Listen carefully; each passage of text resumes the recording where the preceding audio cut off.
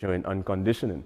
Because when manic becomes disinhibited, they are sort of removed from these conditionings, and they're also removed from these phonological nurturing features. And they become disinhibited, and they take on a new sort of language, a language that's prevalent among teenagers. Sometimes you'll meet someone with a manic episode and you'll wonder why they're so childish. Why is he so childish? Why does he act like a child?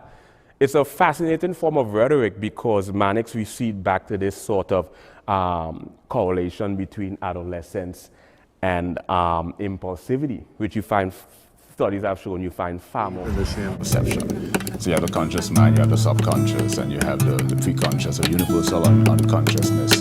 Now, this area below the conscious mind is where we get into areas like psychodynamics. Autism, there's always something new.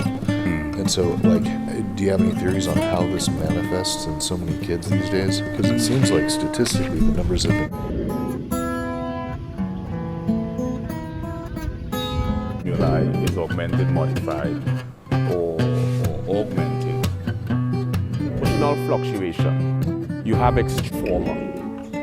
Bipolar 1 is emotional fluctuation. You have extreme polar extreme sort of philosophy. You know, there's green.